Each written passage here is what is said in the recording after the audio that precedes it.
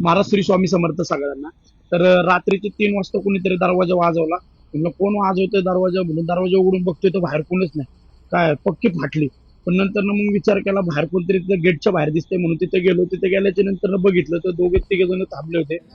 2-3 बायका होत्या. तर मी त्यांना विचारलं काय झालं, तर ते म्हणले की आमच्या पाहुण्याच्या पोटातले दुखते, त्याला दवाखान्यात न्यायचं. लगेच रिक्षात घेतलं आणि डायरेक्ट दवाखान्यात गेलो आपल्या सिम्बोसिस हॉस्पिटलला.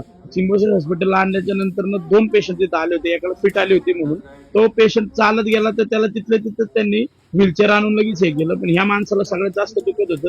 तर डॉक्टर तिथे विचारतात बाहेरच की तुम्ही पिलात का, असं आहे का तसं आहे का. अरे म्हणलं भाई तू त्याला आत नेल्याच्यानंतर तुला काय विचारायचं विचार. पण कमीत कमी 5 ते 6 मिनिटं ते व्हीलचेअर आलीच नाही. मला ह्या गोष्टीचं खूप वाईट वाटलं, कारण की त्या माणसाचं खरंच लय पोटात दुखत होतं. चादू पिंडाला सूज आलेली त्या माणसाला 2015 पासून त्रास आहे.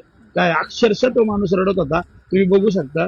काय आणि लय म्हणजे लय, तर ते काय सण केले त्या रिक्षामध्ये त्यांनी, मी बघितलं सुसापासून सिम्बॉसिस पर्यंत आणताना. 3:19 पण ते तिथेच होतो आम्ही. तरी सुद्धा ते डॉक्टर बोलून गेला तरी सुद्धा ते माणूस येत नव्हता. तुम्ही विचार करा, एवढं हलगर्जीपणा मला आवडलाच नाही. कारण की तातडीची सेवा तुम्ही देताय. मी 3 वेळा आवाज दिला की दादा लवकर घेऊन या, दादा लवकर घेऊन या. अहो इमर्जन्सी आहे, त्या माणसाला दुखतंय.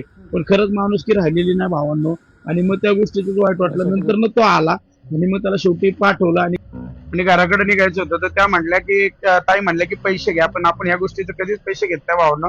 किती इमर्जन्सी असेल तर आपली रिक्षा अवेलेबल असते, पण आपण कधीच पैसे घेत नाही.